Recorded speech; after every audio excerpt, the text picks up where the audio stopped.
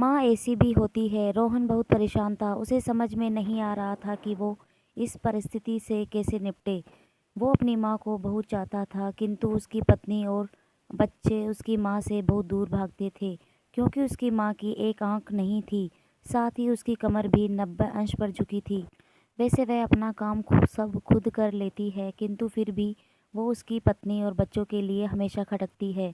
दादी, आप ऊपर के कमरे में जाओ, मेरे दोस्त आ रहे हैं, रोहन के बेटे अंश ने बड़े बेरुखी से कहा। पर बेटा, मैं तो यहाँ बहुत दूर बैठी हूँ, रोहन की माँ ने बहुत प्यार से कहा। पर बेटा, मैं तो यहाँ बहुत दूर बैठी हूँ, रोहन की माँ ने बहुत प्यार से कहा। नहीं, आप उनके सामने मत रहो, वो मुझे चिढ़ाते हैं, अंश ने जोर से डांटते हुए कहा। क्या हुआ अंश, क्यों चिल्ला रहे हो? रोहन की पत्नी कुसुम ने किचन से ही आवाज़ लगाई। देखो न माँ, ये दादी यहीं ड्राइंग रूम में बैठी है और मेरे दोस्त आ रहे हैं, अंश ने शिकायत भरे लहजे में कहा। माँ जी, आप ऊपर चली जाओ, क्यों हम लोगों को लजवाती हो? कुसुम ने बेटे का पक्ष लेते हुए कहा। बेचारी गंगा चुपचाप उठकर जीने के सहारे ऊपर जाने लगी।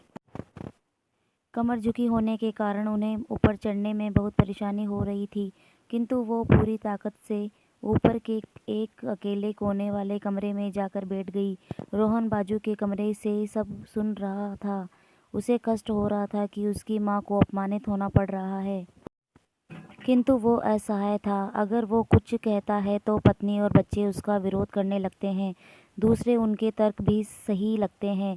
चूंकि वो एक प्रशासनिक अधिकारी था, उसका सामाजिक स्तर बहुत ऊंचा था, उसकी ससुराल भी एक उच्च घराने में थी, अतः वह चुपचाप इस तरह हर दिन अपनी माँ को अपमानित होते देखता रहता था। रात को रोहन की पत्नी ने कहा, देखो जी, अब कुछ करो। कल कलेक्टर साहब की पत्नी आई थी, माँ जी अपनी देसी धुन धारा में उनसे मिली, मुझे बहुत शर्म आ रही थी, बताते हुए कि ये मेरी सास है। मैंने कह दिया कि दूर की रिश्तेदार हैं, इलाज कराने आई है। रोहन को रोना आ गया, किंतु फिर भी वह चुप रहा। उसे समझ में नहीं आ रहा था कि वो क्या करे।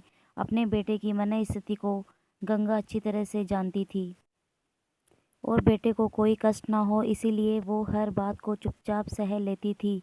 रोहन बहुत उदास रहने लगा। एक तरफ परिवार और तो दूसरी ओर माँ। आखिर माँ से अपने बेटे की यह हालत नहीं देखी गई। एक दिन उसने अपने बेटे से कहा, रोहन, बहुत दिन हो गए हैं, मैं अपने गांव जाना चाहती हूँ, मुझे वहाँ पहुँचा दो, मेरा यहाँ मन नहीं लग रहा है। किंतु माँ, वहाँ तो कोई नहीं है, तुम्हारी देखभाल कौन करेगा? रोहन ने आश्चर्य से पूछा।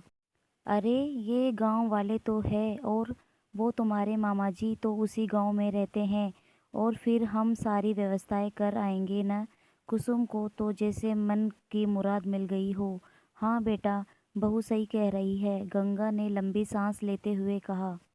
रोहन जानता था कि गांव में माँ की देखभाल करने वाला कोई नहीं है, लेकिन अपनी पत्नी की जिद के कारण वह अपनी माँ को गांव छोड़ने पर विवश हो गया। माँ को गांव छोड़कर आते वक्त उसे रोना आ रहा था तथा अपनी बेबसी पर गुस्सा भी आ रहा था, किंतु परिवार, पत्नी और समाज ने उसके इन मनोभावों को दबा दिया और वो सुकून सा महसूस करने लगा। कुछ दिनों के बाद उसके चाचा, जो अमेरिका में रहते थे, आने वाले थे। जब रोहन बहुत छोटा था, उसके पिता जीवित थे, तब वो भारत आए थे और उसके बाद वो अब भारत आने वाले थे। पूरा परिवार और आस पड़ोस बहुत उत्साहित था। अमेरिका से रोहन के डॉक्टर चाचा आ रहे थे। डॉक्टर रमेश ने जैसे ही घर में कदम रखा, सबने मिलकर बहुत उत्साह से उनका स्वागत किया।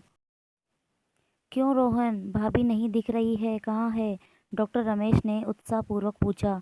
जी, वो गांव में रहती है, यहाँ उनका मन नहीं लगा, कुसुम ने सपाट लहजे में उत्तर दिया। डॉक्टर रमेश ने रोहन की ओर देखा तो रोहन ने अपनी आंखें झुका ली। डॉक्टर रमेश सब समझ गए, बोले, कल हम भाभी से मिलने गांव चलेंगे।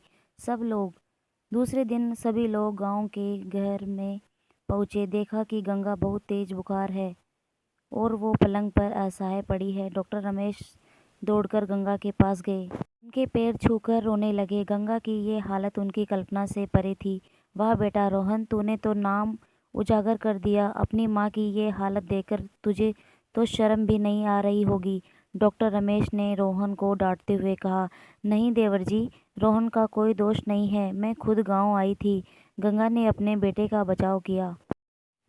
मुझे सब पता चल गया भाभी, आप चुप रहो। क्यों बहू, तुमने अपनी सास की कुरूपता पसंद नहीं है? समाज में तुम्हें नीचा देखना पड़ता है ना? डॉक्टर रमेश ने कुसुम की ओर देखा। कुसुम निरुत्तर होकर रोहन को देखने लगी। आज तुम जिस सामाजिक स्तर पर हो वो इन्हीं के संघर्षों की देन है। और बेटा रोहन, तुम्हें शायद मालूम न हो कि बचपन में जब तुम 1 साल के थे तब छत से नीचे गिरने के कारण तुम्हारी एक आंख फूट गई थी और तुम्हारी रीढ़ की हड्डी में भी समस्या थी। तब तुम्हारी इस कुरूप माँ ने अपनी एक आंख और अपना बोन मेरो तुम्हें देकर इतना सुंदर स्वरूप दिया था। कुसुम बेटा, इतने सालों तक संघर्ष करके बेटे को प्रशासनिक अधिकारी बनाने वाली संघर्षशील औरत की तुम लोगों ने ये दशा कर दी। तुम्हें ईश्वर कभी माफ़ नहीं करेगा। डॉक्टर रमेश की आंखों से अश्रु जलधारा बह रही थी। अब भाभी, आप मेरे साथ अमेरिका जाएंगी। यहाँ इन स्वार्थी लोगों के बीच नहीं रहेंगी। डॉक्टर रमेश ने गंगा से कहा। रोहन को तो काटो तो खून नहीं था। डॉक्टर रमेश जो उसके चाचा थे, उन्होंने जो राज बताया उसके बाद तो रोहन को यही लग रहा था कि उससे ज़्यादा पापी इस दुनिया में कोई और है ही नहीं। वह दौड़ता गया और माँ गंगा के कदमों से लिपट गया। माँ, मेरा अपराध है। मैं जानबूझकर चुप्पी साधे रहा, आपका अपमान करवाता रहा। अब सिर्फ आप ही उस घर में मेरे साथ रहेंगी और कोई नहीं। रोहन ने आगन्य दृष्टि से अपनी पत्नी और बच्चों को देखा। कुसुम को भी बहुत पश्चाताप हो रहा था, किंतु उसकी हिम्मत नहीं हो रही थी कि वो गंगा से आंख मिलाए। गंगा ने कुसुम की मनस्थिति को समझकर उसको पुचकारते हुए अपने पास बुलाया और रोहन को डांटते हुए कहा, खबरदार, जो मेरी बहू को मुझसे अलग करने की कोशिश की तो तुझे ही घर से बाहर निकाल दूंगी। कुसुम और बच्चों ने गंगा के पैर पड़ते हुए अपने व्यवहार पर माफ़ी मांगी और माँ के हृदय ने सबको माफ़ कर दिया। आशा करती हूँ आपको कहानी पसंद आई होगी। पसंद आई हो तो एक लाइक करें, शेयर करें, चैनल को ज़रूर से सब्सक्राइब करें, प्यार दें, सपोर्ट करें। आपका एक सपोर्ट मुझे बहुत मोटिवेट करता है।